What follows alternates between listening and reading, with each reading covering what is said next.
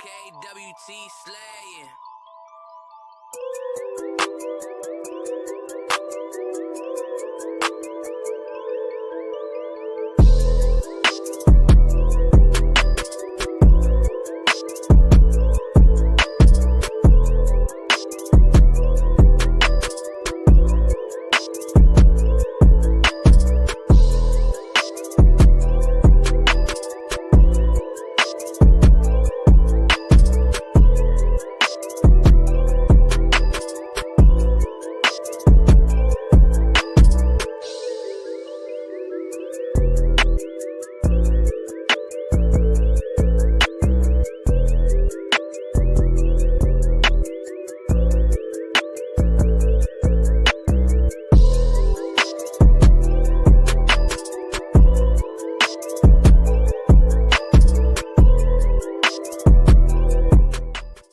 What if the truth was never lost, only buried?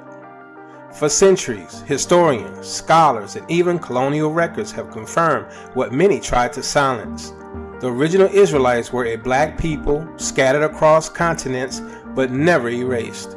Their skin was dark, their customs ancient, and their covenant with Yah eternal.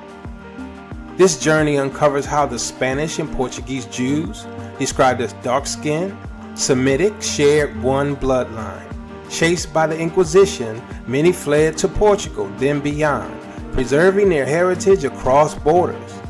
But the story doesn't end in Iberia. Across from West Africa, black Jews built synagogues, kept Torah, and passed down the laws of Moses. The Limba in southern Africa, the Igbo in Nigeria, the Beta Israel in Ethiopia, tribes across the continent boldly declared, "We are the children of Israel." These aren't isolated claims. These are voices rising from the dust, connected by oral histories, Torah traditions, and the unbroken rhythm of their identity. No such legacy exists among European Jews. No centuries of tribal witness, no matching traditions, no trace of ancient covenant keeping. Maps, art, and archaeology tell the same story. The Israelites were scattered, enslaved, and displaced, but never lost. The world always knew who they were. Their presence was visible, their customs alive, their story intact. This book doesn't speculate. It confirms the Israelites were black, bound by blood, culture, and covenant to the Most High. This is not just history, it's restoration. The truth was never destroyed, only buried beneath centuries of deception. Get your copy of They Always Knew We Were Israelites today, available now on Amazon.com.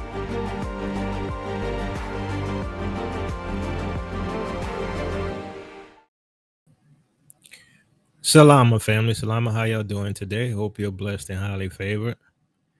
So if you have a copy of Minister Tehu's book, They Always Knew We Were Israelites, give me a 1. If not, give me a 2.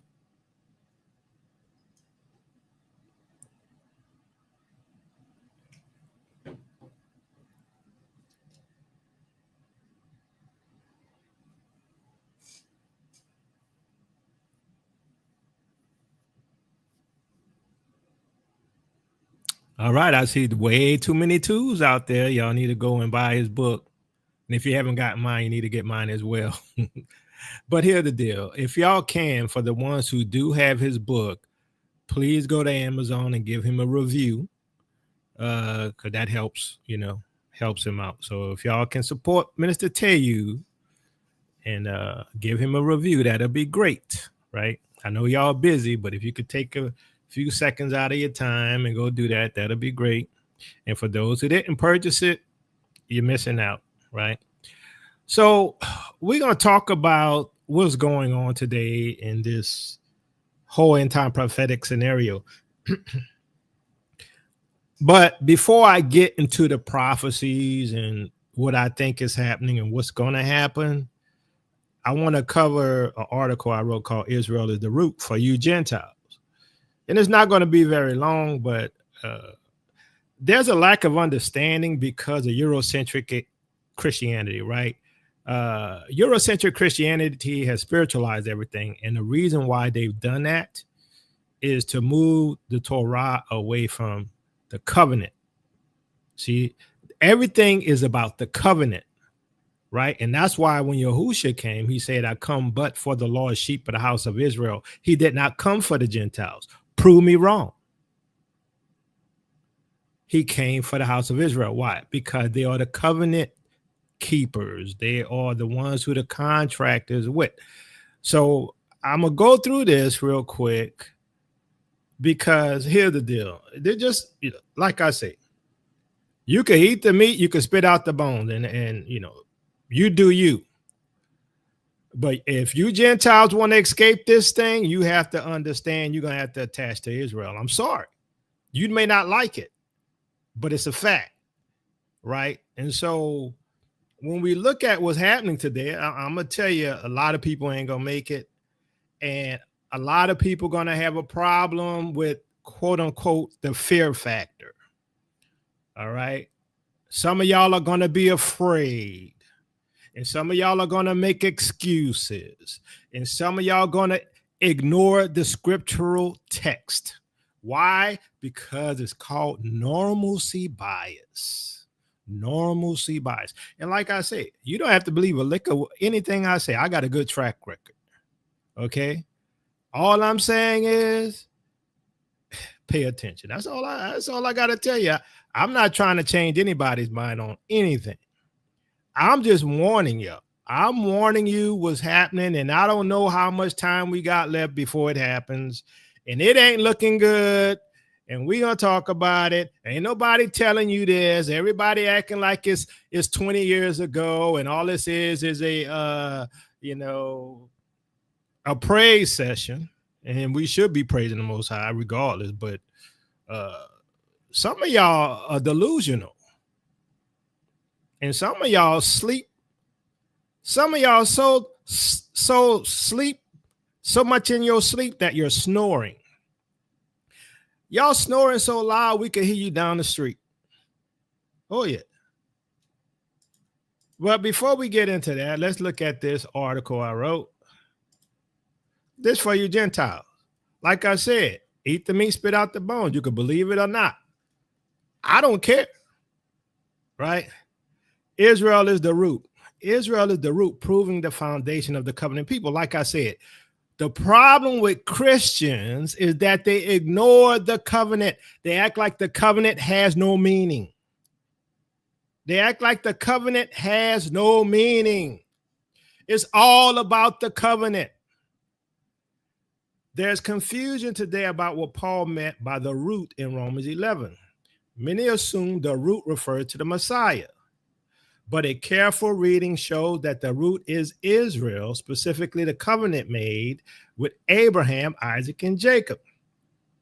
Paul draws this imagery from the Hebrew prophets who consistently describe Israel as the olive tree and the patriarchs as the source of its strength. So some of y'all going to say, well, the Messiah is the root, right?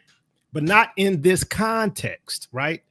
Not in this context. So if you want like a deeper analysis, even more so than this particular article, you can go over to the post at Tell Ministries, and under the image that says, here's the sum of the matter, here's the whole duty of man, keep the law. Under that post, there's a discussion I was having with Helena. That's the person I was having a discussion with before. So it goes. She asked her questions. I answer her questions. So if you want a deeper understanding, you can go there as well. But the Messiah is not the root. He is divine, right? In this context, right? And we see that the Messiah is divine, right? The Messiah is not the root. He is divine. He is the connection point that gives believers, including Gentiles, access to the nourishing promises given to Israel, or Ezra Alawi. The Gentiles described as wild branches are not their own tree. They are grafted into the one that already exists. That tree is Israel. See, you got to understand that Israel exists because of a covenant. You got to understand this.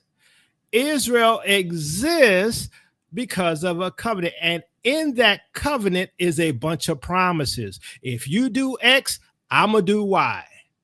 And then there's some promises that the Most High made. There's not an if or. It's not conditional. He going to do it regardless. But you got to understand, the covenant is tied to a people. A people's tied to the covenant. Salvation is tied to the covenant. Salvation is tied to a people who has a Elohim who only the Most High knew. He didn't know none of the other nations. Not that he didn't have them in mind. But the point is, in order to get access to this kingdom exists because of a covenant. That's why it always talks about David. That's why it talks about Jesse. So Paul defends Israel's place in the covenant. Romans 11:1. I say then, had Yahuwah cast away his people? Yah forbid, for I also what? Am an Israelite of the seed of Abraham of the tribe of Benjamin. What does that even mean? That means that he's still relevant, right? He is still tied to the covenant. That's why he talks about being a descendant or a seed of Abraham of the tribe of Benjamin, because it's still relevant. So Paul makes it clear, Israel has not been rejected. He's speaking about the physical nation, not a metaphor. The rest of the chapter builds on this foundation and explains how Gentiles can participate in Israel's covenant without replacing it. In other words, Gentiles can participate in what? In this kingdom. Because this kingdom is built upon promises that is tied to a covenant. Gentiles are wild branches grafted into Israel's tree. Romans 11:17-18. And if some of the branches be broken off, and thou being a wild olive tree wert grafted in among them, and with them partakers of the root and fatness of the olive tree, boast not against the branches, but if thou boast, thou bearest not the root, but the root thee. Thou bearest not the root, but the root thee. Root thee. The whole idea that the root supports you is because of the promises given to a nation of people, which is tied to the covenant. This is what everybody missed. Why? Because you stuck in Eurocentric Christianity. There's no more Israel, no more Jew, Greek. The promises to our ancestors don't matter no more. That's why you confused, right? The tree is Israel. The root is the patriarchs and the promises given to them. The wild branches are Gentiles who believe. They do not become the tree, they are added to it. Paul warns them not to boast. They are being supported by something older and greater than themselves. So what are the Gentiles being supported by? The original covenant made between Abraham, Isaac, and Jacob. I'm like, it's not that hard. Messiah is the vine, not the root. John 15:5. I am the vine, ye are the branches. He that abideth in me, and I in him, the same bringeth forth much fruit. For without me ye can do nothing. Yahusha is the vine. He is the one who connects both the natural and the wild branches to the tree. He does not replace the tree or the root. The root is the whole nation of Israel. It is the covenant people. He's the living connection. The life flows from the root through the vine into the branches. The covenant promises were given to Israel, Romans 9:4-5. Who are the Israelites? Who are the Israelites? That's the question. Who are the Israelites? Well, the Israelites are those to who pertains the adoption and the glory and what? The covenants. It belongs to who? The Israelites. And the giving of the law belongs to who? The Israelites. And the service of Yahuwah and the promises belong to who? The Israelites, not the Gentiles. Okay? Whose are the fathers, and of whom, as concerning the flesh, Messiah came, which is why Messiah said, I come not but for the lost sheep of the house of Israel, who is over all, Yah blessed forever. Amen. The blessings do not come from Gentiles. They come through Israel. The law, the promises, the adoption, and even the Messiah himself were all given what? To Israel first. Gentiles benefit only by joining themselves to what was already established. Why am I going through this? Because you Gentiles got to understand something. You're not getting out of this thing without attaching to Israel. Why do you think the Most High is going to say to some of y'all, depart from me, you workers of iniquity, I never knew you? Well, Lord, when did we see you hungry and didn't feed you? When did we see you in prison and not visit you? Well, when you done it to the least of these, my brethren. That's the covenant people, the Israelites, the firstborn. This is all throughout Torah, from Genesis to Revelation. The prophets identify Israel as the olive tree. Jeremiah 11:16. Yahuwah called thy name a green olive tree, fair and of a goodly fruit. With the noise of a great tumult, he had kindled fire upon it, and the branches of it are broken, right? We know that it was Israel, the nation, whose branch was broken. And he's able to graft it back in again and attach to the Messiah and get back to the access of the covenant promises, which is the root. It's all about the covenant promises. That's the root. That's what's promised to us.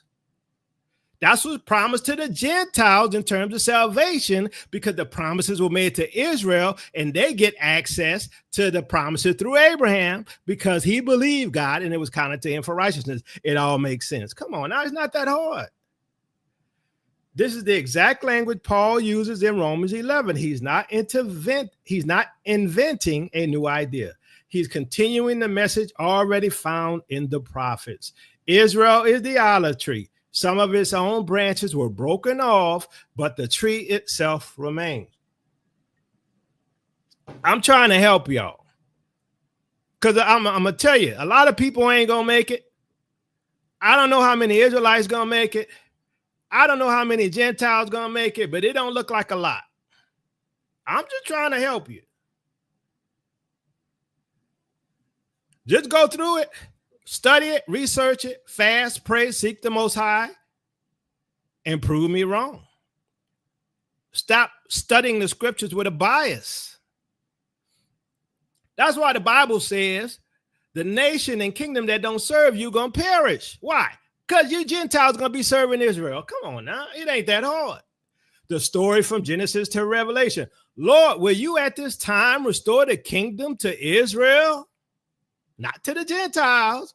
Lord, will you at this time restore the kingdom to Israel? Well, it's not for me to say, it's for the Father, basically, right? Gentiles were once strangers to Israel's covenant, Ephesians 2:11-13. Wherefore remember that ye being in time past Gentiles in the flesh, that at that time ye were without Messiah. You didn't have the contract. You didn't have the Messiah. Being aliens from the commonwealth, which is the nation of Israel. Being aliens from the commonwealth of Israel. Can we say the kingdom of Israel? You were strangers. You weren't part of the kingdom. It's not that hard. And strangers from the covenant of promise. See, you weren't tied to the promises. You didn't have the promises because the promises come through the covenant. Having no hope and without Yahuwah in the world, but now in Messiah, Yahusha, ye who sometimes were far off are made nigh by the blood of Messiah. So now you get access by the blood of the Messiah, what? To some of the promises in the covenant. Salvation, right? Inheritance, land, but you don't get our inheritance. But you do get an inheritance. You part of the kingdom. You become sons of God. I know some camps and stuff and some Israelites going to disagree with that, but it's scripture. So Gentiles were on the outside, they were strangers to the covenant and alien to the nation. Through the Messiah, they are brought near. They are not made into Israel, but they are given access by what? Attaching to Israel's promises through belief and obedience. It's about the promises that was given to Israel by the covenant. That's why we're talking about the covenant promises and the root that you get the sap, right? You get the nutrients from the tree, which is the promises made to Israel. Gentiles must attach themselves to Israel. Zechariah 8:23. Thus saith Elohim of hosts, in those days it shall come to pass that 10 men shall take hold out of all languages of the nations, even shall take hold of the skirt of him that is a Jew, saying, we will go with you, for we have heard that Yahuwah is with you. So if we're the same, if there's no difference between Jew and Gentile, why do the Gentiles attach themselves to the Israelites? Why do the Gentiles say, I'm going with you because I hear Yah is with you? If Yah is with the church, if he's with the Gentiles, then why do you have to attach yourself to Israel or a Jew in Zechariah 8:23? This is one of the clearest examples in scripture. The nations must take hold of an Israelite. They do not find their own pet. Why? Because Israelites or Jews are supposed to be a light to who? The Gentiles. But y'all don't want to accept that. That's all right. Do you? They do not create their own version of the covenant. They ask to go with Israel because they know Yahuwah is with them. How come Yahuwah not with the Gentiles? How come the Gentiles got to attach themselves to Israel if we the same, if there's no difference? Obviously, there's a difference if y'all coming to us because Yah is with us. Come on, that's logic 101. Anything else is cognitive dissonance. Gentiles must recognize Israel's place as the foundation and priestly nation. They follow, they do not lead. Their blessings come by way of Israel, not apart from them. Why do their blessings come by Israel? Because Israel is the covenant people. You cannot separate the covenant from the people. Now, of course, it's the remnant Israelites. It's the believing Israelites. It's the obedient Israelites. But it's still Israelites. This is what Paul meant when he said the root supports the branches. Gentiles receive the blessings because they are grafted into the tree that already existed. They're not an independent planting. They depend on the root that came before them. The nations must serve Israel. Isaiah 60 verse 12. For the nation and kingdom that will not serve thee shall what? Perish. Yea, those nations shall be utterly wasted. Now, how can this also be the inclusive of Gentiles when in this same chapter, Gentiles are drawn to the light of Israel's rising? And Gentiles must serve Israel. Therefore, we know that the root has to be the promises that are tied to the nation of people, which is tied to the covenant, because the covenant is where the promises come in. It's not that hard. This is another direct statement from Yahuwah. Nations that refuse to recognize Israel's leadership and role in the covenant will be destroyed. There's no room here for pride. Gentiles are allowed to join, but they must submit to Yahuwah's order. Remember, I told y'all about the right of the firstborn. Israel is my firstborn. Everything I'm saying, everything I teach is line upon line, precept upon precept. The theme is the same from Genesis to Revelation. I ain't making nothing up. The promises are still valid. It has not disappeared, because there's always a righteous remnant Israelites that keep the covenant by faith and by action. The remnant within Israel remains, Romans 9, 6 through 8. Not as though the word of Yahuwah had taken none effect, for they are what? Are not all Israel, which are Israel, neither because they are the seed of Abraham, or they are children, but in Isaac shall thy seed be called. That is, they which are the children of the flesh, these are not the children of Yahuwah, but the children of the promise are counted for the seed. Paul is not saying that Gentiles become Israel. He's saying that only what? A remnant within Israel will be counted as the faithful. Israel still holds the covenant, but only the obedient receive the full inheritance. Gentiles who believe are added to this remnant, not made into a new nation. So once again, Israel is the elder brother. You can come in and be a part of the family, but you are under the elder brother. Come on now, it all aligns, right? So there's a righteous remnant that is bloodline, that is the seed of the promise, not just those who are born of the bloodline and they are disobedient or don't believe or have faith in Messiah. Conclusion. Israel is the root. The tree is the covenant family. The patriarchs are the foundation. The promises flow through that root, which is flows through the covenant promises that tie to the people, because the covenant is with the people. So the promises are tied to the covenant that's tied to the people. The Messiah is the vine who connects believers to that tree. Gentiles are wild branches. They do not form a new tree. They are grafted into Israel's covenant and receive the blessings only because they are connected to the root. The structure remains as it always has. The root is Israel's covenant legacy through the patriarchs. The tree is the nation of Israel. The vine is Messiah, Yahusha. The nourishing sap is the promises, law, and favor of Yahuwah. Let me repeat that again. The nourishing sap is the promises that was made in the covenant between Yahuwah and his people, and the law and the favor of Yahuwah. The natural branches are the Israelites. The wild branches are the Gentiles who believe and submit. The Gentiles must what? Cling to the Israelites. They must humble themselves and ask to go with them. This is the only way to receive the blessings. The root supports the Gentiles. The Gentiles do not support the root.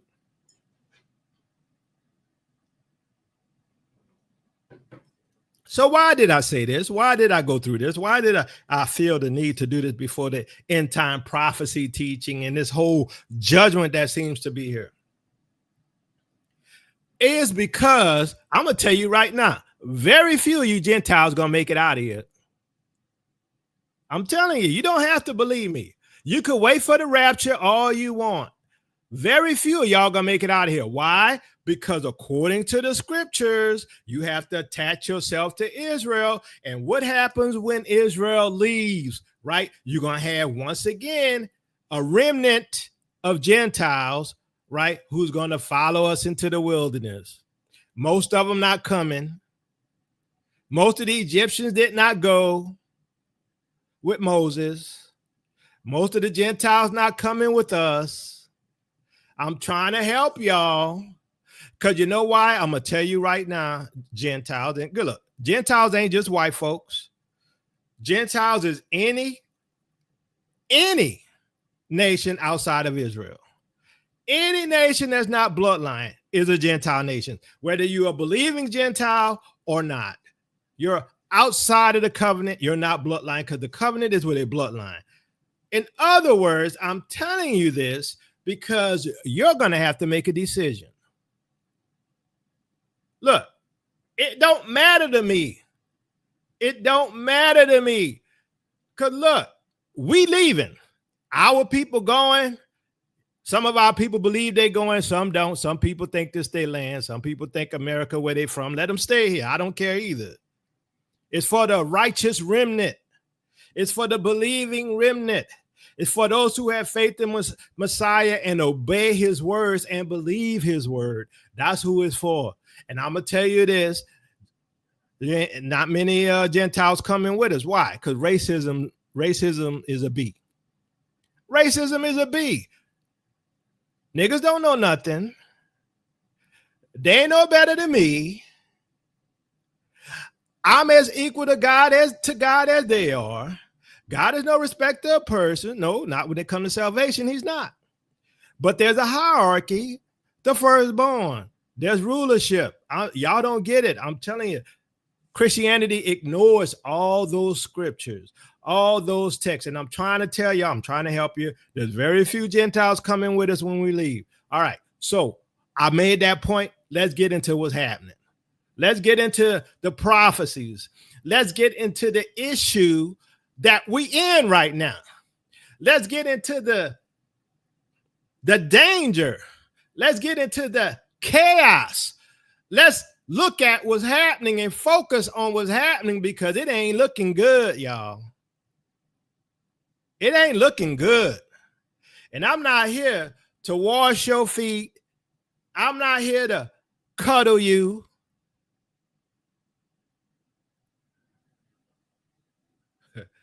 Oh my goodness. Hold on one second. Hold on a minute. Gentiles are unrepentant Israelites, not heathens, which they cannot prove from the text. This is camp nonsense. This is camp nonsense. Gentiles are unrepentant. Camp nonsense. If you take that whole theory and apply it and wash it through the scriptures, it makes no sense. So you telling me unrepentant Israelites gonna have to attach themselves to the repentant Israelites, but the unrepentant Israelites are bloodline, which is tied to the covenant. So the promises are still to them. All they got to do is repent. So then they got to be grafted in again from wild olive branches, which is a separate tree. So the unrepentant Israelites is part of a separate tree that has to come back to the natural tree. Don't make no sense. It don't make no sense. Foolishness.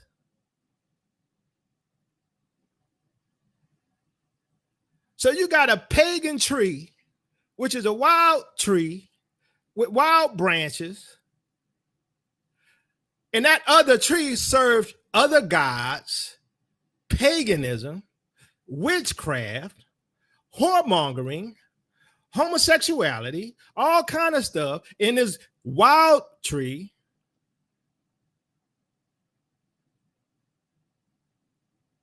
So that means they were never a part of the original nation, the original tree, the original branch. Come on, make it make sense, somebody. Foolishness. Foolishness. Anyway, let's continue. All right, so let's get into this. Because look, I'm going to tell you this, fam. Look, I love y'all. Yeah, I do. I love y'all. And I look forward to being in the wilderness with y'all. Yeah, I love this. I love this family. But I'm going to tell you this. It's by the grace of the Most High that we make it out of here. I'm telling you. That's why the Bible says if we escape the sword. Now, I'm going to show you some stuff today. And I'm going to tell you it ain't looking good. But I do know the scripture says as soon as Israel's travailed, she will deliver. I have expectations. I have expectations to make it out of here alive. I have expectations to make it back to the continent in one piece. I have expectations for all of Israel to be saved. I have expectations that the Most High not going to leave one behind. That don't mean we're not going to have some strife and some trouble. All right, so let's get into this. Because you're going to see what the motivation is for these people, what the wicked is doing. You're going to see what the serpent seed is doing. You're going to see what the Revelation 2:9 and Revelation 3:9 is doing. How they done planned all this stuff out.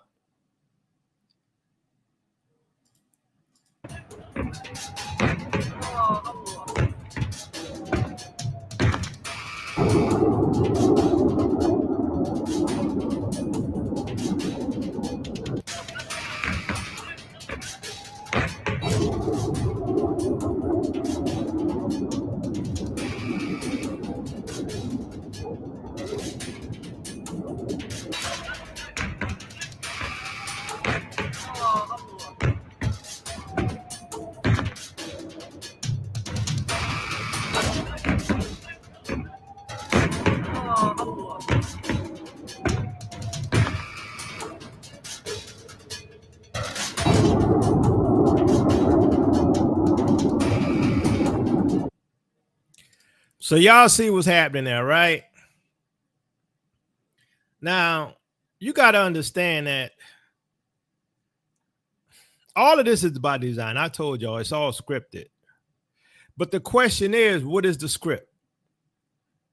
What is the script? What is the story that they're trying to build? What is the final solution that they're planning? Oh, you're going to see.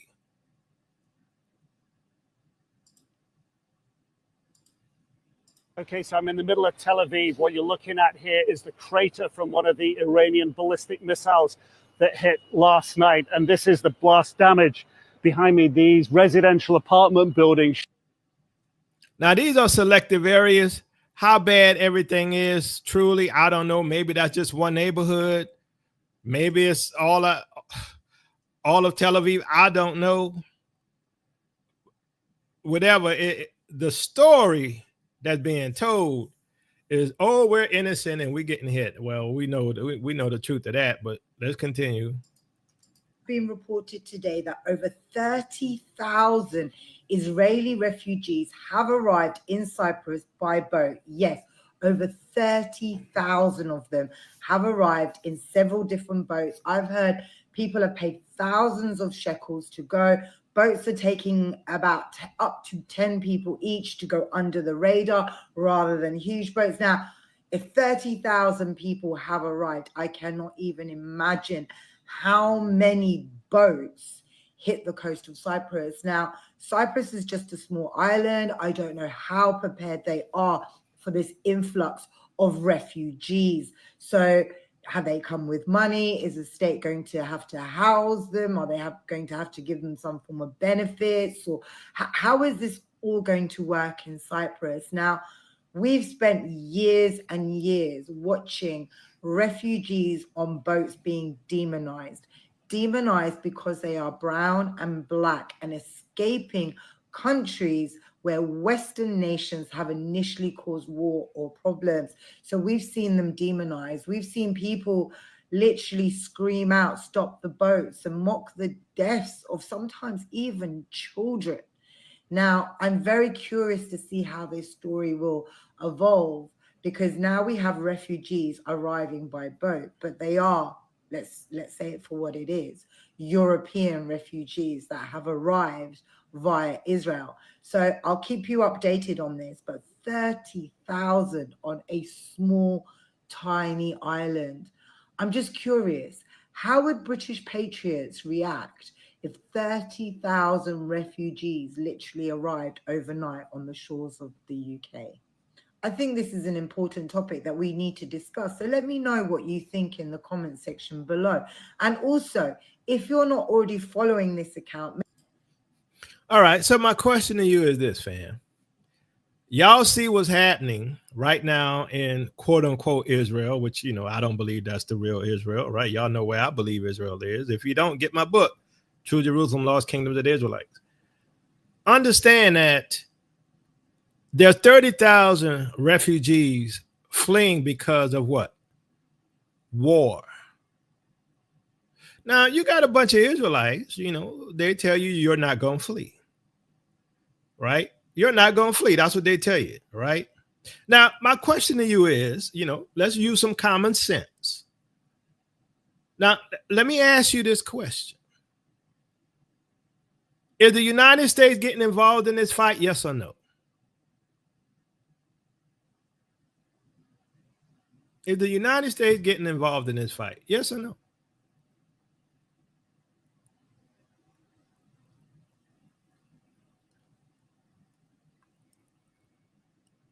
And if the United States is getting involved in this fight, give me a 1 if you think Iran is going to hit this place. Give me a 2 if you think they're not. I'm just saying, logic 101. If you think Iran is going to get involved and hit this place, give me a 1. If you think they're not going to do anything, give me a 2.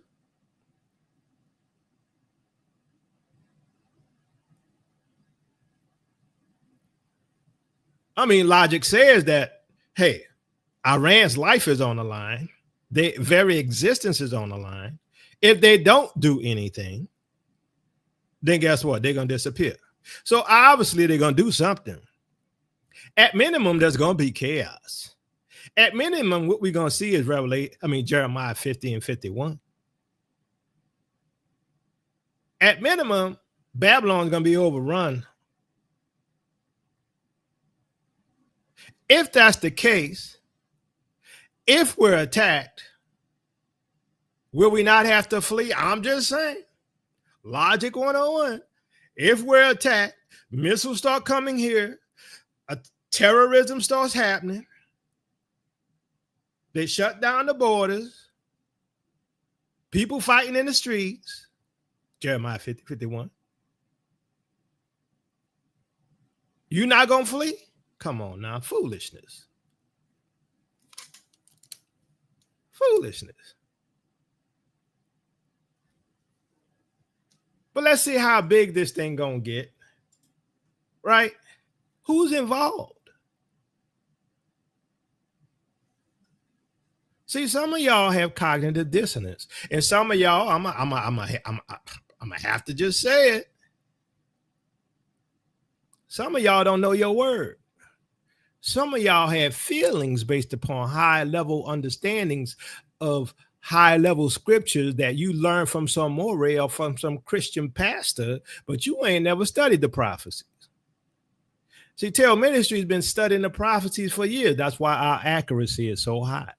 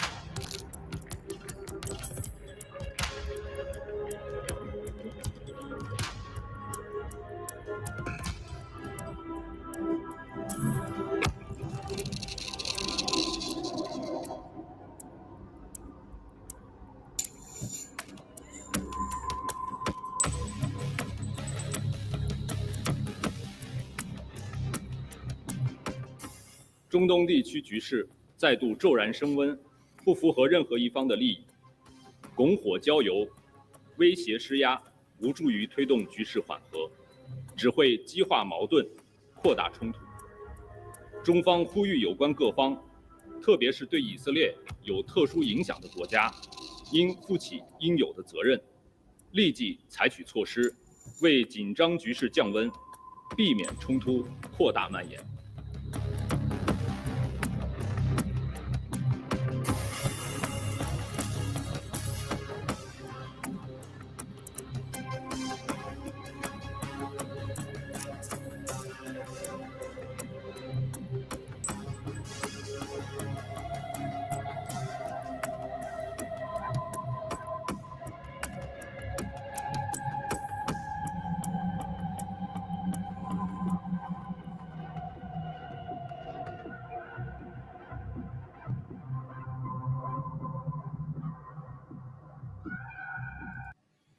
All right. So China's getting involved, dropping off some kind of packages, right? This thing is starting to escalate.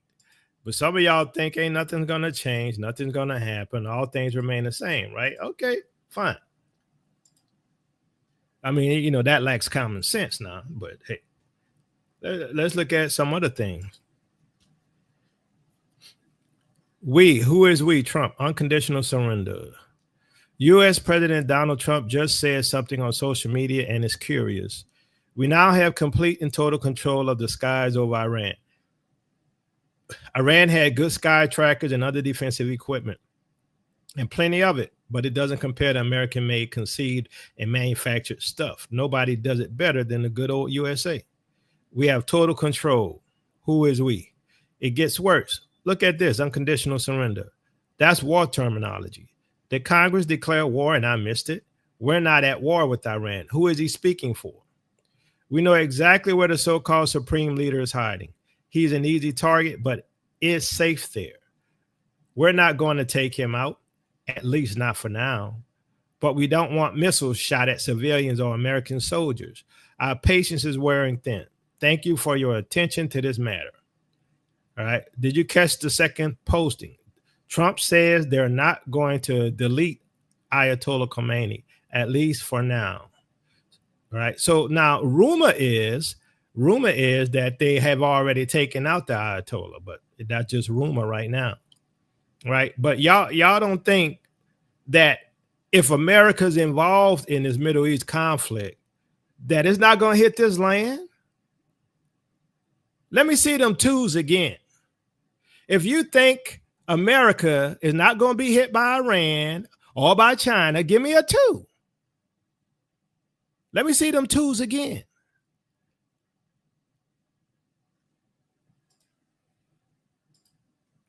Urgent. 4 American refueling tankers take off from Ben Gurion. It appears the United States armed forces are entering the Israel-Iran conflict right now. 4 United States Air Force KC-135 Strato tankers refueling planes have just taken off from Ben Gurion Airport. To date, no U.S. refueling tankers have reportedly been involved in this Israel-Iran conflict. It appears we are not directly involved. U.S. fighter jets are also taking off right now. All right. So America apparently getting involved in this thing. Once again, you think that it's not coming here? I mean, Iran already answered Israel with a few missiles.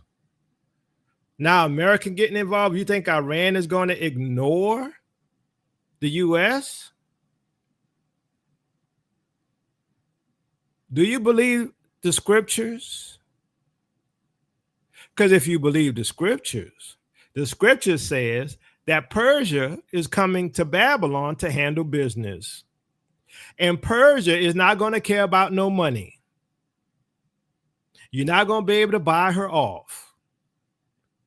And Persia going to be taking out some people. I'm just saying. But maybe you believe that Babylon is the Vatican. So I guess maybe that means Persia is going to go and attack the Vatican then, right?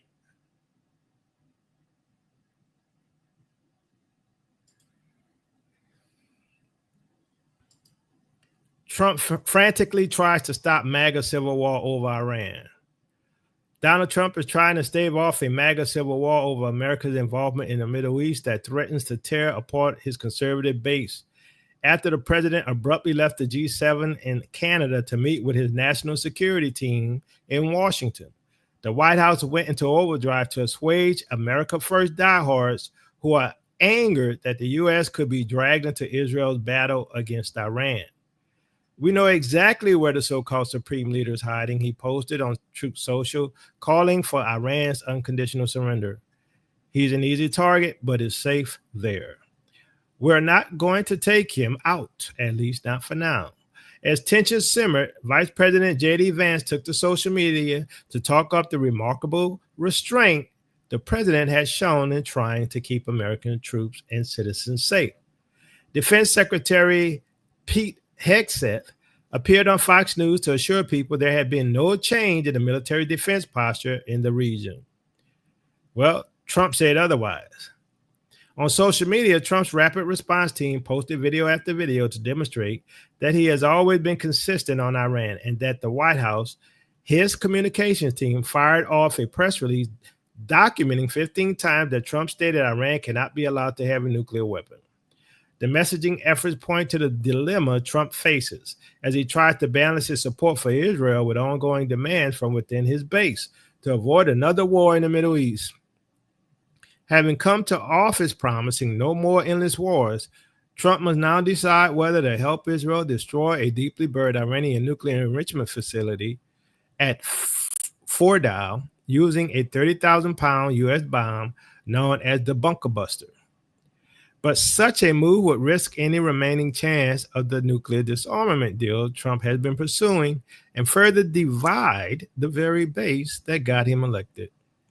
We now have complete and total control of the skies over Iran, Trump said. Okay, so if America not involved, how do they have control over the skies?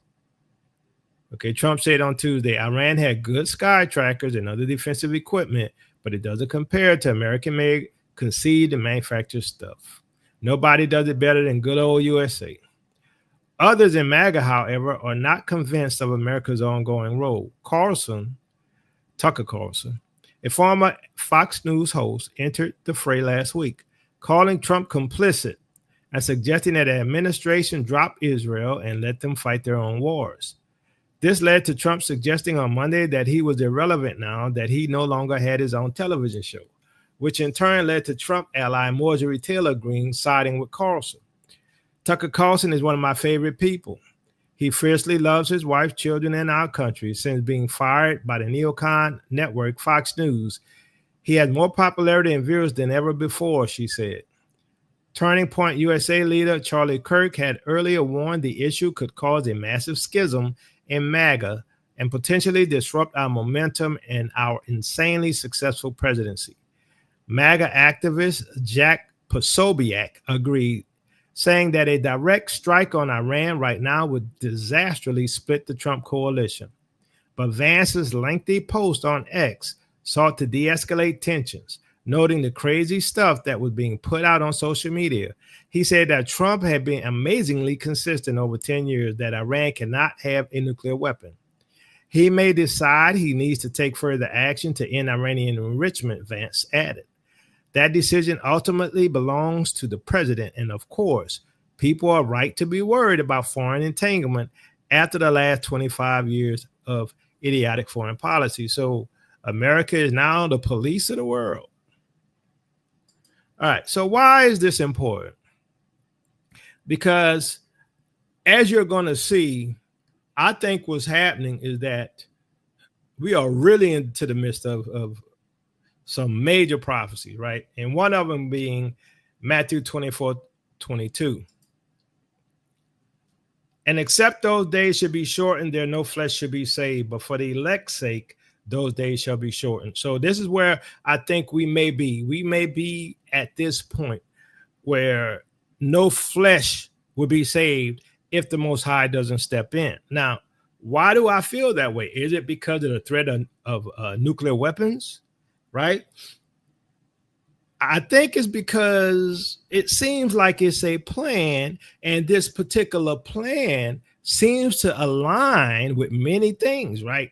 Some of the things that we know the neocons and some of the deep state have already put in motion, right? Such as the Deagle report. All right. So give me a 1 if you know what the Deagle report is. Give me a 2 if you don't.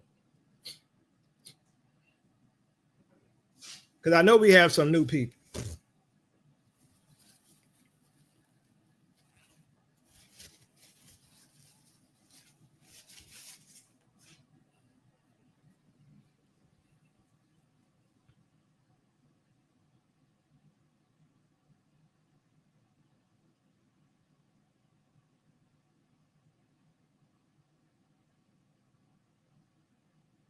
Okay. So for those who are new, the Deagle report is a report by a government, right? A contractor, right? And you can call it a think tank if you want, but it's really like a government contractor. And they put out the Deagle report. And the Deagle report stated, and this was back in 2017, the Deagle report stated that the population of the world is going to decline. Okay. So the Deagle report says that the United States will go from 326 million to 99 million by 2025, which is a 70% reduction. Most people in the United States won't make it. The Deagle report said the United Kingdom will go from 66 million to 15 million, a 77% reduction. Most people won't make it. The Deagle report says by 2025, by 2017, Germany had 80 million. And by 2025, Germany will have 28 million people left, a 65% reduction in population. France, 67 million in 2017, 39 in 2025. Italy, 62 million, 44 million in 2025. Australia, 23 million, 15 million by 2025. Canada, 36 million, 26 million by 2025. Spain, 48 million, 27 million by 2025. South Korea, 51 million, 38 million by 2025. Japan, 127 million, 103 million by 2025. Israel, 8.3 million, 4.3 million by 2025. How do you explain such a drastic reduction in population? This is the estimate. How do you explain a drastic reduction in all of these Western aligned nations? Now notice the major reductions here are Western aligned nations.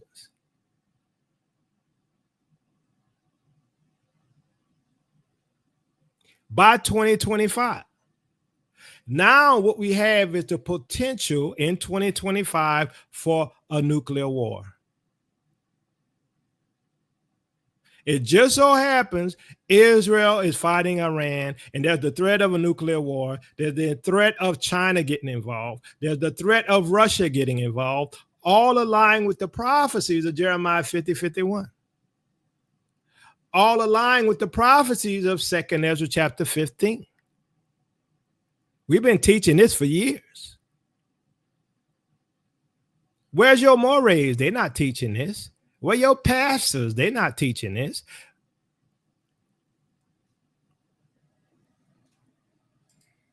So I want y'all to hear something.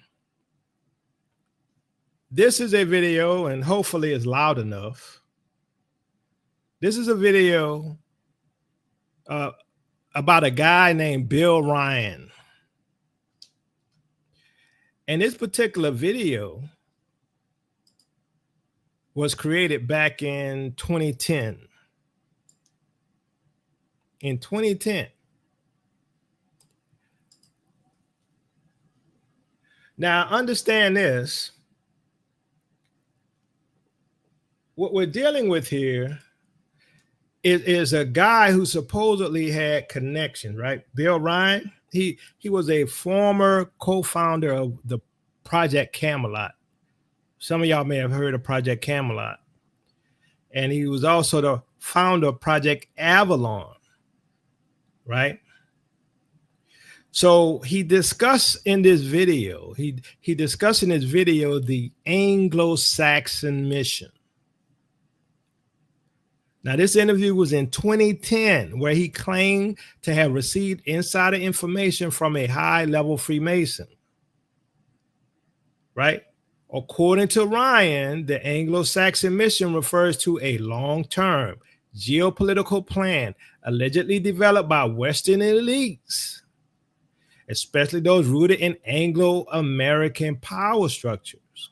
Now, remember, we have shown you who our enemy is. We have shown you who the serpent seed is that we believe. We believe that the serpent seed is the Anglo-Saxons. Now let's listen to this. Hopefully y'all can hear it. It's a little low, but it's an older video, so you might want to put your headsets on, but I think it's sort of okay. But listen to what he says. People there who are extremely determined to do something, and they were in a hurry, and this is important to understand. They were in a rush to try and roll out this sequence of events. Now, what he described is what the sequence of events was. It starts with Israel attacking Iran. Now, this hasn't happened yet. There have been a number of indications that there are forces which are trying to push this into happening. You've only got to follow the news for the last 2 years to realize that the public is being prepared for a justification for this kind of thing. Iran is being set up as being the bad guys that deserve something to happen to them, and so on and so forth. Now, that's going to be the start of what is like the opening gambit in a big chess game. And the plan is to provoke Iran or China to retaliate. And our guy, our source, who is a military man, is privately as convinced as he can be, although this has never been made public and this is not publicly known, that Iran does have nuclear weapons. He believes that they have been provided by China behind the scenes. And all of this is intended because it's all right with these controlling forces that Iran has nuclear weapons, because they want them to be used. The plan is for either Iran or for China to retaliate after Iran is struck with a nuclear weapon. At that point, there will be a limited nuclear exchange in the Middle East, followed by a ceasefire. He heard this being planned in this meeting. This is being choreographed. It's like the script for a movie. This is exactly what's intended to happen. And during this time, the other thing that's being set up for this, and many people watching this will be aware that this is being set up in the background. We've had a lot of information about this from a number of good researchers from many countries who are reporting this on the internet, that things are being set up in many of the Western countries for there to be heavy controls over populations, martial law, increased powers on security forces who are not just the army or the police, but in Britain, for example, our source said that he absolutely knew. So I want to pause it right there just to let you know, in case anything goes wrong, you can go over to Rumble. I'm streaming on Rumble as well. Personally, for a fact, that a very large number of private security people, their powers were being increased to give them the ability to arrest people, the ability to detain, the ability to handle riots in streets. And here we're talking about. Now, doesn't this sound like ICE and everything that's happening today? I'm like, just listen to this guy. It's happening. But it's regular people working in private security, people who give the parking tickets on the streets. Their powers are being increased in the same way. And last year, we heard President Obama talking about how he wanted to have a sort of national guard at home in America, ready to handle this kind of thing. There are a lot of indicators that this is being set up. And in this rollout of this crazy scenario, where it is intended that there will be a limited nuclear exchange in the Middle East, the idea is that as the world looks upon this with horror, then they will demand from their governments that there are heavy controls over travel, over communication, over people who meet, over people who protest in the streets. They want to make sure that they don't have crazy bombers on airplanes, crazy bombers in the shopping malls. They want to make sure, and because people will be driven into fear by this, they'll request and demand and insist on heavy controls from their governments. Why? Because Iran has cells here. China may have cells here. Russia probably have cells here. There's going to be a lot of internal chaos, right? And people are going to be frustrated. And they're going to say, give us peace. And that's why, and I thought this, right, that there's going to be a pause. I put a post up the other day about that. There's going to be a pause. And they're going to say peace, peace after this limited exchange in the Middle East. They're going to say peace, peace. Jerusalem probably going to become an international city. They're going to say peace, peace, but there is no peace. Why? It's all planned. Listen to what he said. Listen to the rest. All of this aligns with scripture. Which will be justified. And this is where you're going to kind of get the martial law situation in all the Western countries. It's intended as a justification. All of this is just the start of something, because this story gets much bigger, and it's pretty horrifying. And if watching this now you're feeling a little bit shocked, this is how I was feeling when I heard this information, and this is how our source was feeling when he was hearing this information in this meeting. This is just the beginning. Now, during the time of this ceasefire, everyone's shocked, everyone's frightened, everyone's really terrified about where this is going to go. There are all kinds of heavy controls over populations everywhere. And then the next thing that happens in this chess game that's being played is that biological weapons are released on China.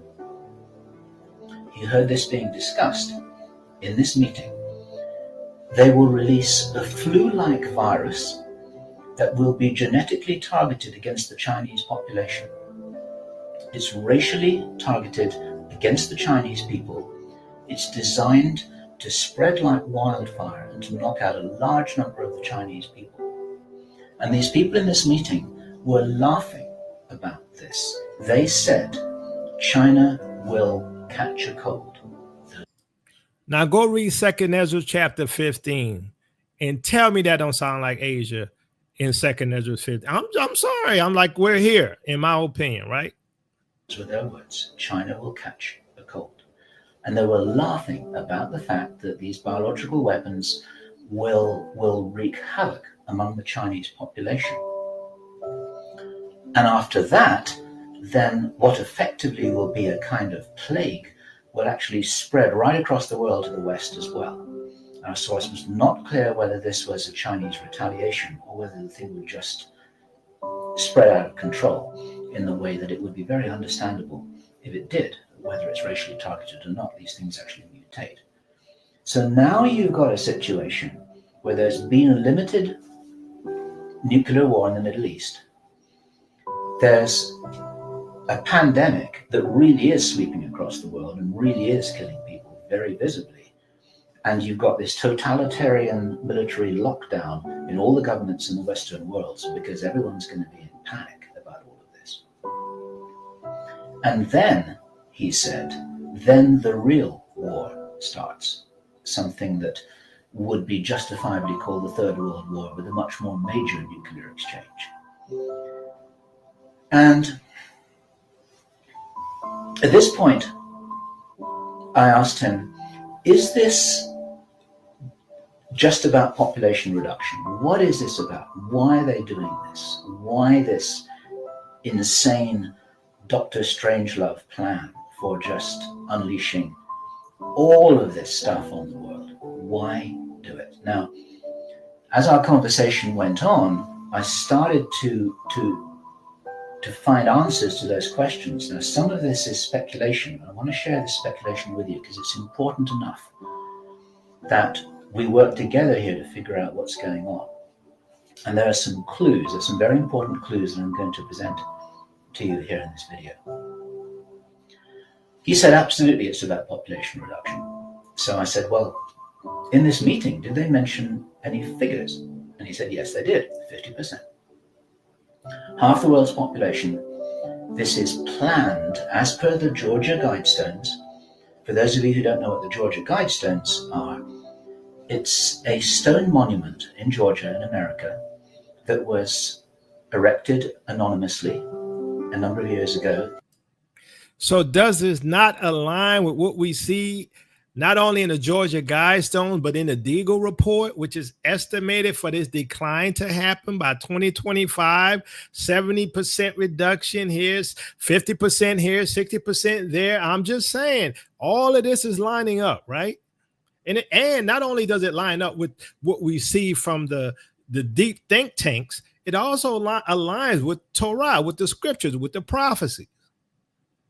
It's in 8 languages, and it's like an Illuminati manifesto for a new world, as it were. And just hold that thought about this being a manifesto for a new world. This is an important concept here in what I'm presenting. One of the key parts of this manifesto for this new world is that there should be a population of 500 million people. Now, 500 million people is an enormous reduction from the nearly 7 billion that we've got at the moment. That's pretty much 95% of people who would no longer be on this planet. So Matthew 24:22, unless those days were shortened, no flesh will be saved. But for the elect's sake, our sake, those days going to be shortened. I'm sorry. The prophecies are aligning. The conspiracy theories are aligning. Everything is aligning. I don't know what to tell you. You can stick your head in the sand all you want. And 50% is a step towards that. And there's a reason why they're doing all of this. There's a reason why they're in a hurry. There's a reason for this insanity. And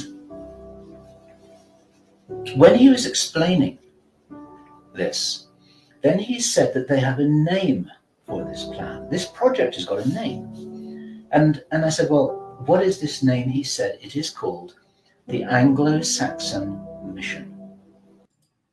And who has Tail Ministries told you the serpent seed was? Who Tail Ministries told you our true enemies are? It's the Anglo-Saxons, the same ones that enslaved us, the same ones that colonized Africa, the same ones that persecute us today. He just happened to be a little light, bright, and almost white. I'm just saying. The Anglo-Saxon Mission. Now, I'd heard that before. It was something historical, I think, to do with the Crusades quite a long time ago. But I hadn't heard it in the present day context, and neither had he. And later on, as he continued to tell his story, I began to understand what I thought this might be about. Hence the title of this video, and the reason why I want to share this information with you, because we need to work together to figure out what's going on here. It's extremely important to understand. There's a plan, I believe, that Hitler would be proud of, which is so evil, it's so Machiavellian, it's so hard to face up to, it's so unbelievable, that I need to put it on the table for you so that you can consider whether or not this might be a possibility.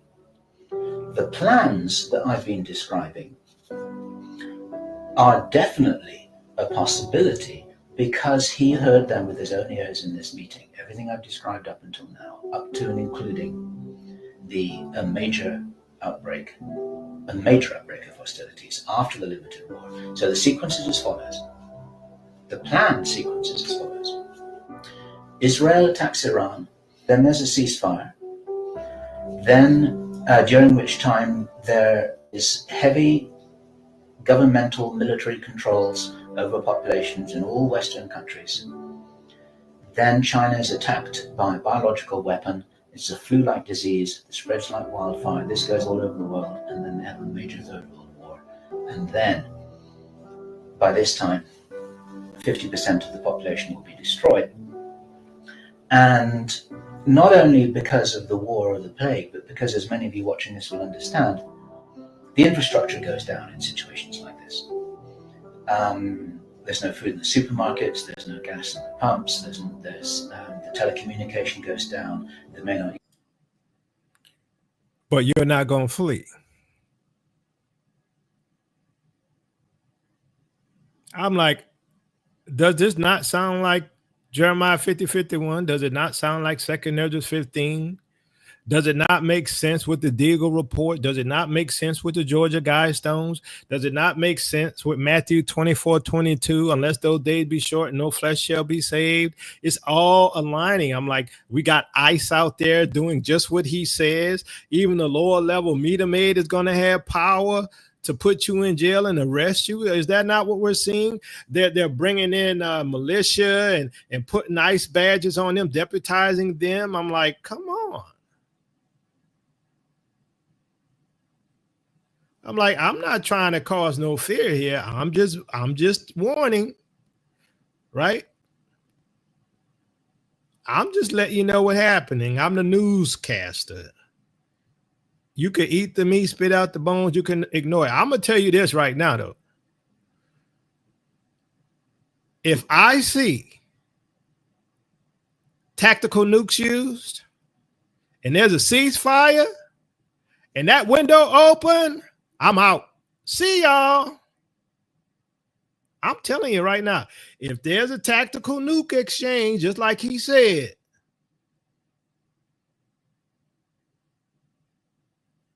and there's a ceasefire,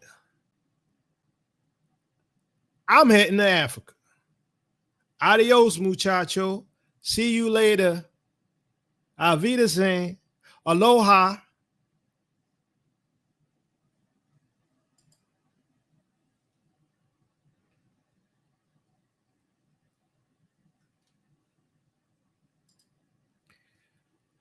So he says, destabilize the Middle East. The mission begins with the deliberate destabilization of countries in the Middle East. This includes orchestrated conflicts, regime change, and unrest. The ultimate goal is to create chaos that leads to a confrontation with Iran. Number 2, trigger a war with Iran. This war, he claimed, is a key event. The aim would be to provoke a larger regional or global conflict, possibly involving nuclear weapons, which could spiral into a third world war. He emphasized that this war was planned, not a reaction to events. Number 3, China as the end game. The final geopolitical move in this alleged strategy would be to draw China into the conflict and ultimately destroy or severely weaken it. According to the whistleblower, the elite feared China's long-term rise and wanted to prevent it from dominating the 21st century. Number 4, global population reduction.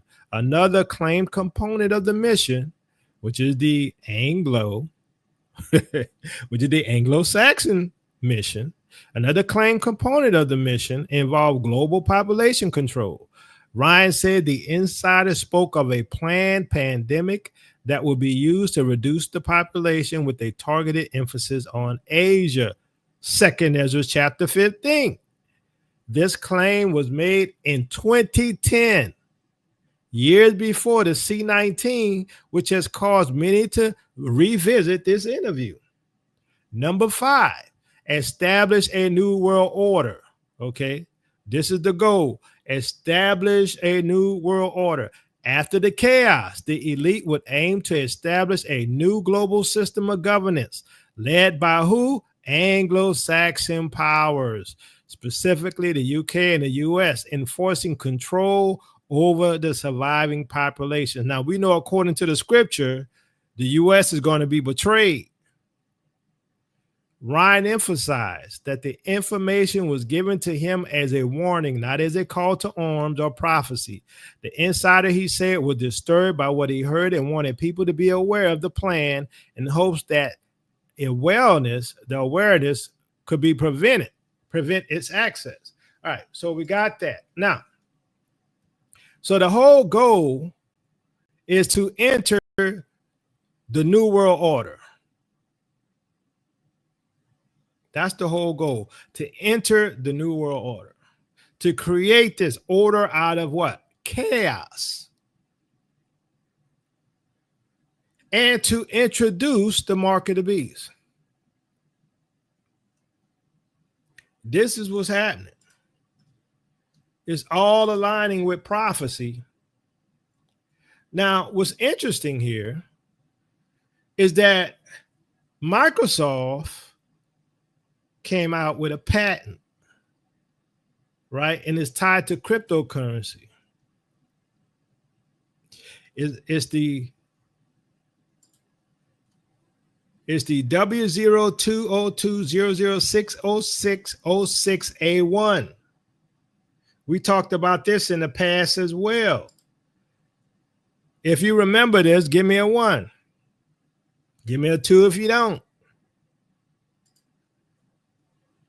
Now, cryptocurrency is now at the stage of acceptance and is being implemented.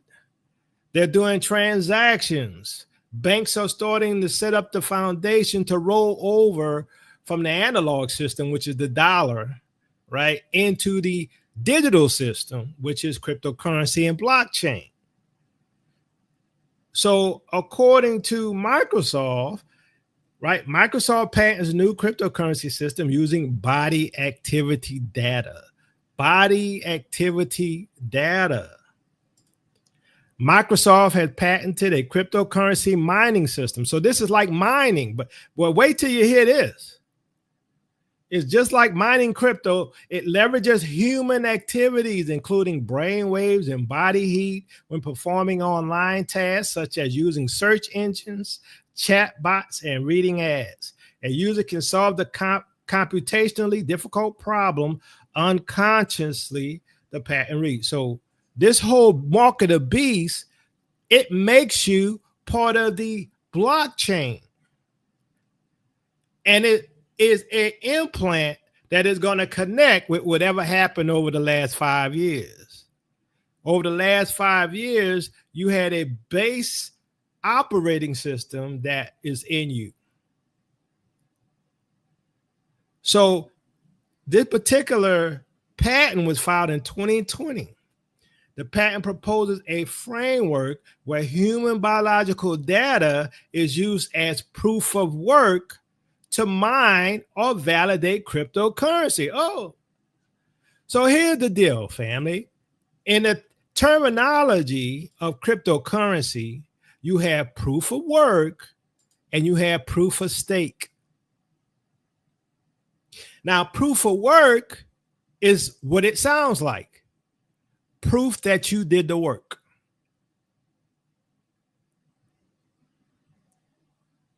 So this patent is just like with Bitcoin, right? The system in this instance is using human body activity data.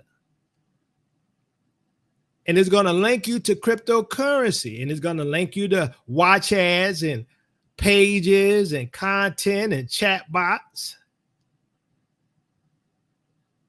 So this means you could be mining or contributing without even knowing. You're going to be contributing to the mining process, just like you do when you have cryptocurrencies. And if you have proof of work, right? Proof of work says, okay, you will assign these tasks. And once you assign these tasks, it's monitoring you to see if you complete those tasks. And if you complete those tasks, you are rewarded. If you don't complete those tasks, you're not rewarded. If you're a good little slave, you'll get drops, just like you do in crypto exchanges. Not only will they be monitoring your biological functions, such as heart rate, brain waves, glucose levels, emotions, behavior patterns, this technology is going to say, okay, you had a bad attitude this week, Jimmy boy. We're going to reduce your social credit score by 5 points.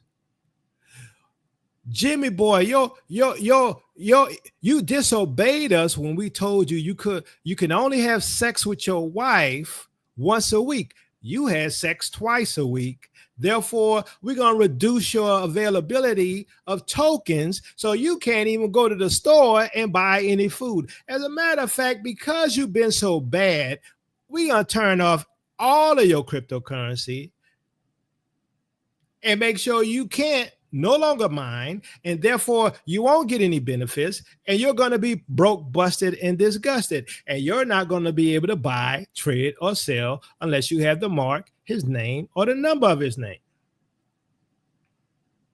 So proof of work is like, an example would be, everyone is racing to solve a super hard math puzzle. Now, whoever solves it first, in the blockchain, the puzzle is solved. This is the work, right? By computers doing tons of calculations. This uses a lot of electricity and computing power. That's what happens with the blockchain. But in a human, as he is being mined, if the human does not solve this super hard work that was assigned to him, right, he don't have any proof that he completed the task. Then you got proof of stake. This is in crypto. An example of that would be you have a puzzle race, right?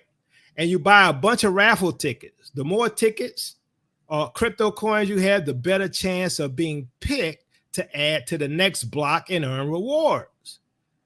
So what's going to happen is the common person who has this mark of the beast, this chip implant, right? This patent by Microsoft, the common man going to have proof of work.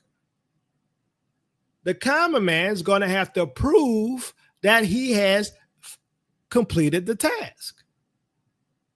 So you have to complete the task, follow commands, hit the quotas, and obey the restrictions, right? It's not, see, the Most High allows you to have free will. Well, you're not going to have free will in this instance. That's why the Most High said, choose this day whom you will serve.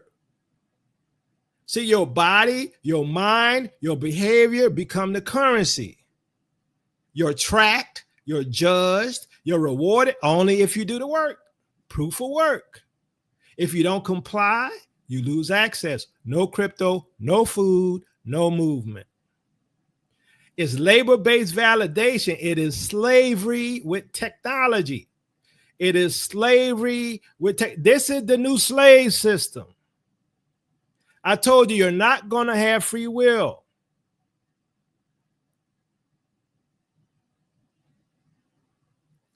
So the elite are not going to be doing proof of work, right? They're not going to have proof of work.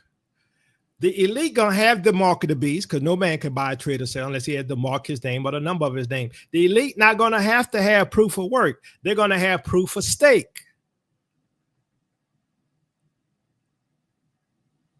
Remember, just like those tickets as the example I gave you, you have all of these tickets, which means you have all of these resources that you can use, right, to be validated to buy something or to do something. Even though you got to have the mark or the validation to do it, the elite have proof of stake.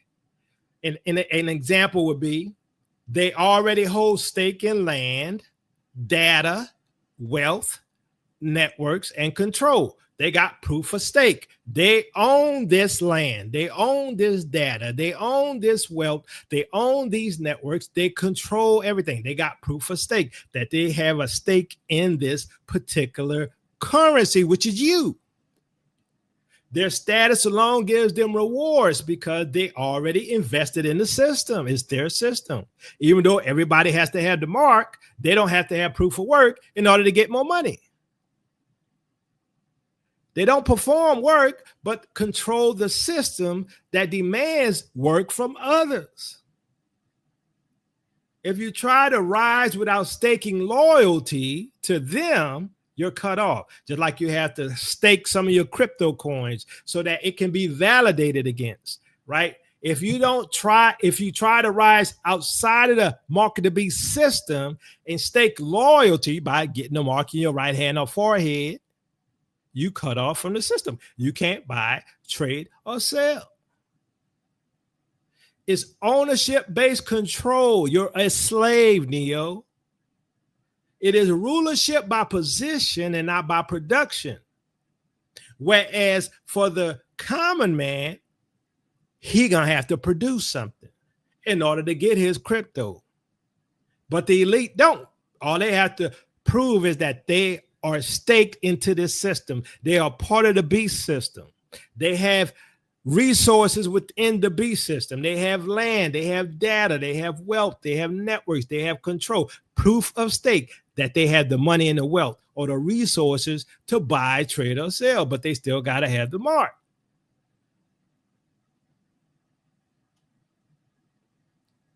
Proof of work for the masses is digital slavery. Proof of stake for the elites is ownership and dominance. The scary part is both systems exist within the same blockchain structure. it mirrors the same dual economy in Revelation warned about, where one group labors under the mark and the other profits from the system that enforces it. This is where we're at.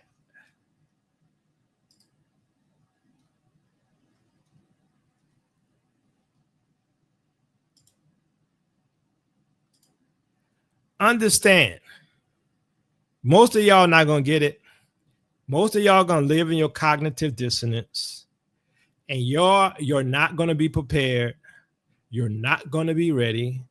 You have not prepared your family. You have not gotten a to-go bag. You don't have extra water. You don't have cash on the side. You don't have nothing to help you out when this change happens. Now, the question is this.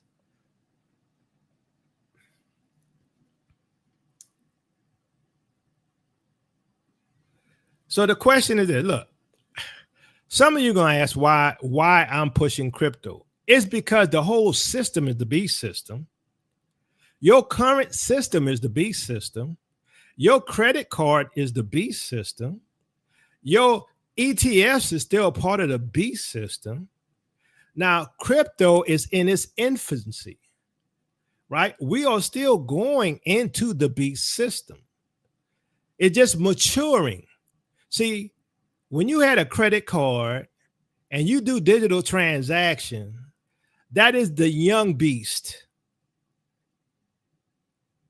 But what you're seeing now is the mature beast, the system being put in place. So some of you might ask, well, why do I recommend crypto? And I mentioned this before. The reason why I recommend crypto is because I believe right at that change, right when they're switching from the analog to the digital, there's going to be a window to escape. And when you leave, you got to figure out how you're going to survive. Now, we go into the wilderness. Like I've said before, what does it look like going into the wilderness? It's not going to be like when Moses went. What does it look like? There's still an economy. There's still trading. There's still transactions. But understand, we're going through a war. And they're going to be dropping tactical nukes. And there's going to be that period of peace. There's going to be a compromise. There's going to be a pause on the warfare. And as Ryan said, then it's going to go into a bigger war later. Does that not sound just like what the Bible says? Peace, peace when there is no peace. When they say peace and security, sudden destruction, I'm like, this dude is saying everything the Bible's saying, and he don't know the scriptures. I mean, did y'all recognize that? Give me a 1 if you recognize that, 2 if you don't. That Ryan was literally quoting the scriptures, the prophecies, and he don't even know what the scriptures are. So my point being is, the reason why I say get into crypto, at least for me, you do what you want to do. It's because I believe people are still going to be doing transactions before the mark of the beast. There's going to be a transition from the legacy system to the new digital system. And to me, that's going to be the time to leave. It's going to be that hiatus from the warfare when they say peace and safety. I think that's going to be the time for us to get out of here. That's just my opinion. You don't have to agree with me. So my idea for me, I'm not telling you what to do. My idea is to have a little crypto. So when the system changes and it doesn't go straight into the beast system, or let's say the mark, it doesn't go straight into the mark because it is the beast system. Because the whole system right now is the beast system. But when it doesn't go straight into the mark, it's going to be a time that we can use it because it's going to be an easier means of transactions. My plan is to go to the continent, buy some land, buy a house, set it up to have solar power, set it up to get my water from the ground, cut myself off from the system as best I can, right? Now, according to my understanding of the scriptures, the 4 carpenters, right, they're going to kick out the Gentiles. They're going to kick out the colonizers. We're going to start uniting on the continent. It's sort of like what's happening with Burkina Faso. Ibrahim Traore and them have a digital passport system.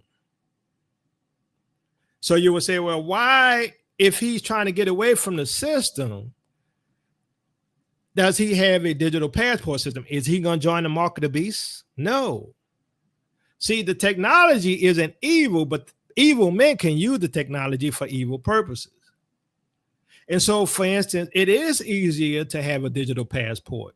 You can get a lot of people processed through the system with a digital passport a lot faster than paper. Right? It's the evil man that uses the technology for an evil purpose. It's like I could use a gun for hunting and kill an animal so I can eat, or I could use a gun to kill individuals, which is evil. So like I say, look, everyone must seek the Most High for him or herself.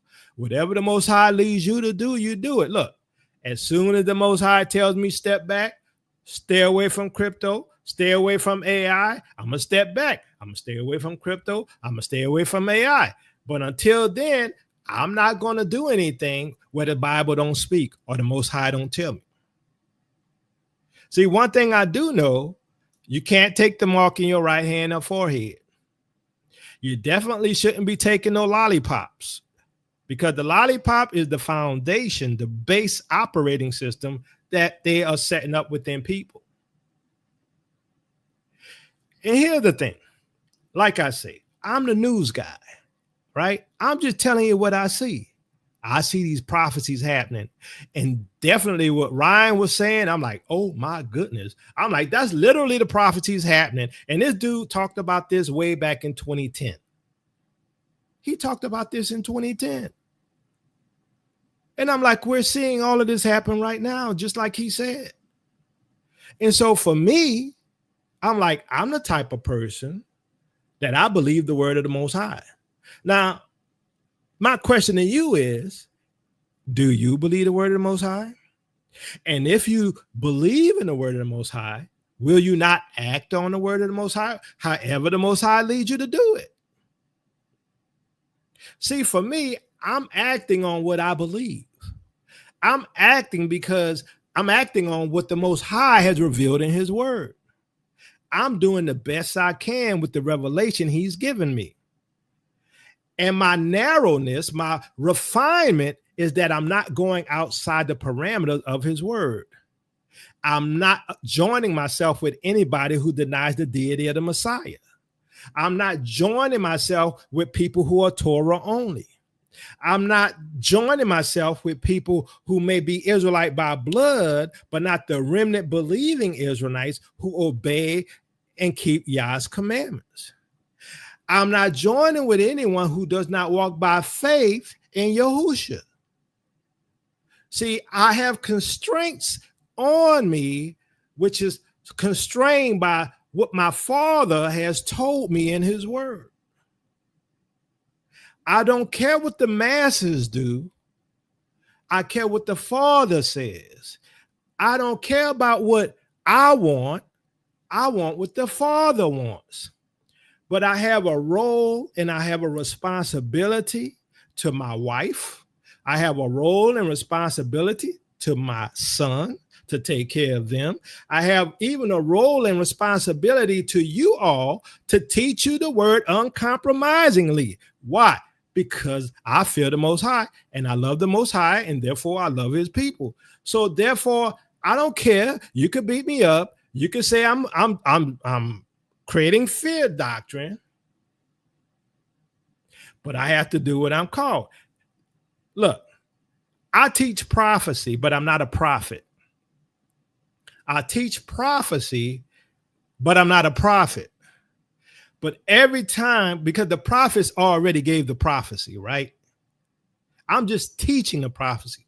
But every time a prophet came, what did they say? Oh, here comes Samuel again. Oh, here comes Jeremiah again. All they ever do is tell us, don't do this, don't do that. Y'all gonna judge us. Y'all gonna send us into slavery. He gonna punish us. That's how y'all are. Y'all can't take the negative. Y'all want the good, crispy, tasty, blessings only, no struggles. But the Bible says we must through much tribulation into the kingdom. The Bible says the trials of your faith is much more precious than gold that perisheth. The Most High has always tested your faith. The Most High had put Job in a trial to test his faith. Have you considered my servant Job? But yet we want to say we don't have to go through nothing. We want to say it's all blessings and no trials. The trials and judgment was for our ancestors and not for us. The trials were for the 3 Hebrew boys and not for us. We won't have to stand before the king and say, well, king, we know our God is able to deliver us, but if he don't, we're not going to bow the knee.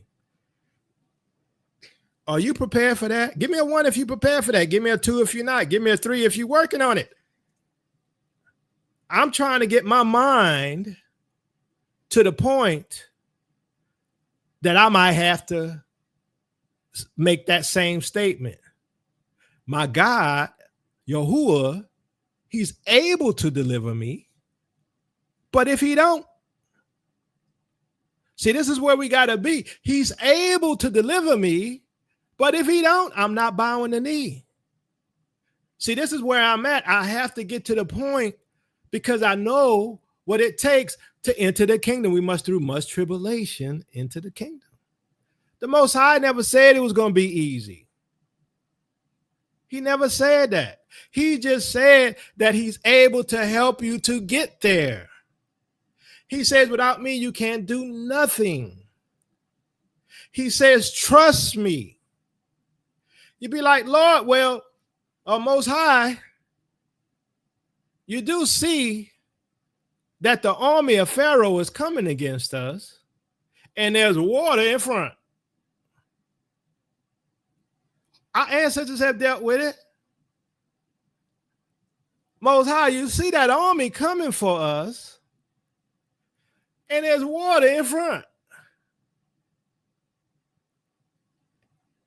It's a Kobayashi Maru. It's a unwinnable scenario, except for the Most High. See, the Most High, he can make a way out of no way. He can divide that river. I'm not going to say the Red Sea because I don't believe that. He can open up that Nile River and allow us to walk through. This is where we're at.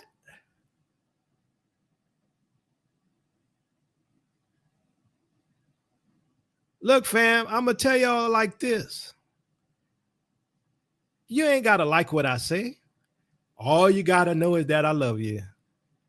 All you got to know is that I love the Most High. All you got to know is that I'm sharing with you. You can eat it or you can spit it out. You could take this as a learning lesson and say, I'm going to study the word for myself and seek the Most High for revelation. You could do that. Or you can stick your head in the sand and you can say, Yacoba's wrong. We're not going to flee. We're going to stay here. This is our land. We're from America. This is the true Jerusalem. You could believe that. You could believe the lie. But the blind lead the blind, and they both fall into the pit. This is where we're at. To be honest with you, fam, you know, it's good to be right because it's good to know that the Most High is giving you revelation. But on the other hand, because you're right, you see that a lot of people not going to make it. A lot of people ain't going to be here no more. You see the devil moving like crazy. The devil knows he has a short time, so he's setting up these traps. The devil is setting it up. He's creating a nuclear war scenario. He's going to be dropping some nukes. People going to be disappearing. 1,000 shall fall at thy right, 10,000 at thy left, but none shall come nigh thee. Only with thy eyes shall I behold the judgment of the wicked. And you're going to be sitting there watching it. And you're going to be like, how am I still here? And it's going to be because the Most High said so. One thing my brother and I have said, and we realize, ain't no getting out of this without the Most High. Now, does that mean we don't have a role in this? Does that mean we don't act on what he told us to do? We have to. We can't be like in Christendom and we just say, I have faith and do nothing. We can't just sit around and say, I believe Yahushua and do nothing. You will know my faith by my works. If you have faith, you're going to act on it. If you believe these are the prophecies coming to pass, you're going to make preparations. You're going to seek the Most High. You're going to try to figure out how to get out of this thing. You're going to be listening for the Most High. You're going to be trying to teach people and wake them up. You're going to be like, hey, I know my mama think I'm crazy, but I'm going to tell her about the prophecies anyway. I know my cousins think I'm a nut, but I'm going to tell them the prophecies anyway. You know, my family think I'm a nut, right? Not all. Well, some of them don't, not anymore. Some of them starting to see. We've been telling them this for years, probably 30-something years by now.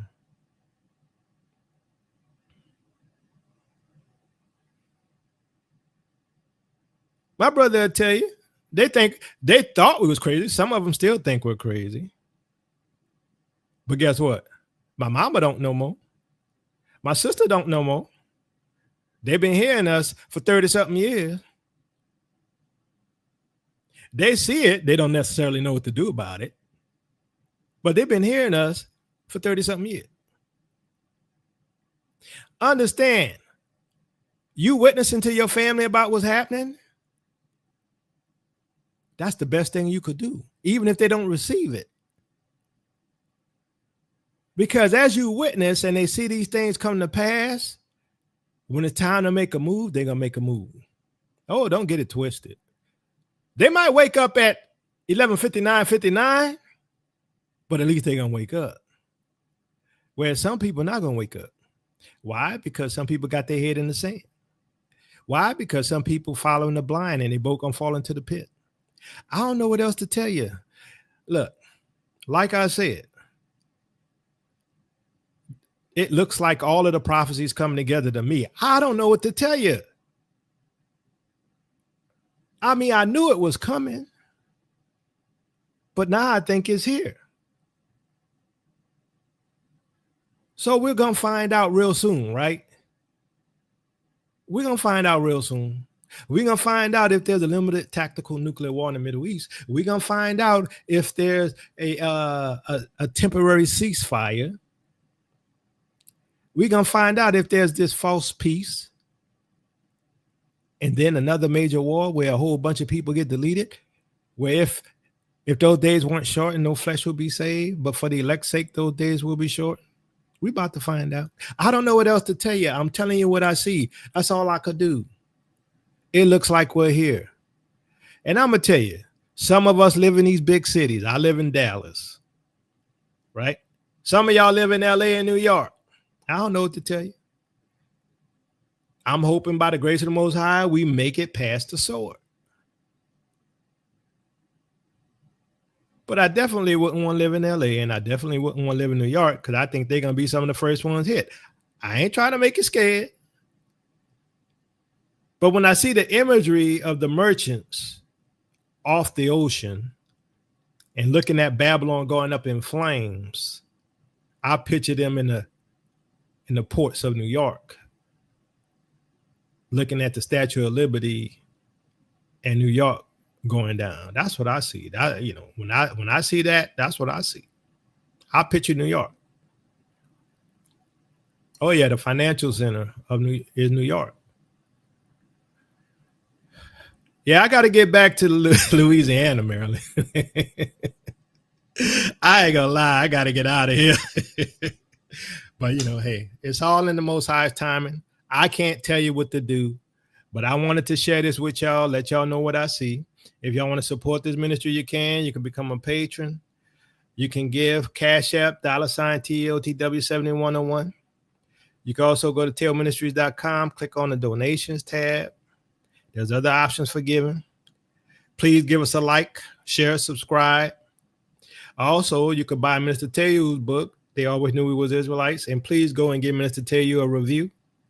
Support him. You could go buy my book, They Always Knew We Were Israelite. I'm sorry, that's Minister Teyu's book.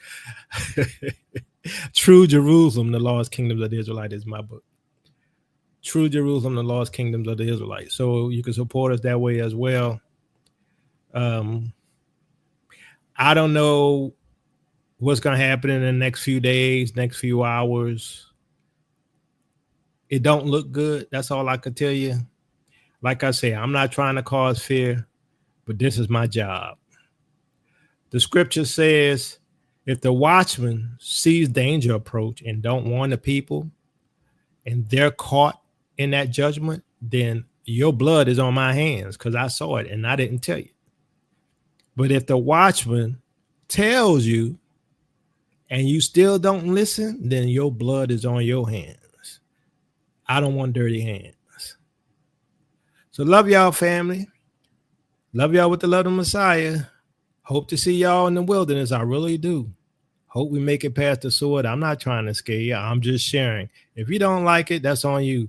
Peace and blessings, Israel. Your captivity is ending. Well, family, the wait is over. The moment has arrived where truth emerges triumphant from the shadows of history. Introducing the True Jerusalem, the Lost Kingdoms of the Israelites.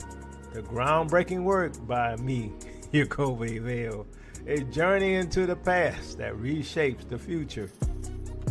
I cut through centuries of misconceptions with piercing clarity. This book delivers a compelling case packed with evidence that commands attention and gonna get some respect. Come with me for a second, family, and discover how these thrilling civilizations flourished, protected by towering highlands and sustained by advanced engineering. Some have asked, where is Jerusalem? Is it the land in the Middle East? I say no. It is in the highlands of Ethiopia. With hours of groundbreaking research, this book brings in a new revelation, and it will transform your understanding of African history and its connections to the ancient world. It's going to remove from your mind the conditioning by the Romans of what has really happened to our past. Come with me, family, to the Ethiopian highlands and find out why this is our land. Why things have been hidden and obfuscated for centuries. We are royalty, children of the Most High. What kind of land do you expect us to have? Dried up dirt in the Middle East, or land flowing with rivers? A land full of beautiful animals flowing with milk and honey. Don't miss out on this monumental unveiling. Grab your copy today and stand on the side of truth. Visit Amazon.com or www.tailministries.com to purchase your book and join Jacoby Vale's teachings on Tail Ministries. Family, your journey to a hidden history has now begun. So family, get your copy of True Jerusalem, the Lost Kingdoms of the Israelites today. Journey to the heart of Africa, where history and legend converge to reveal the forgotten kingdoms of the Israelites and the true location of Jerusalem.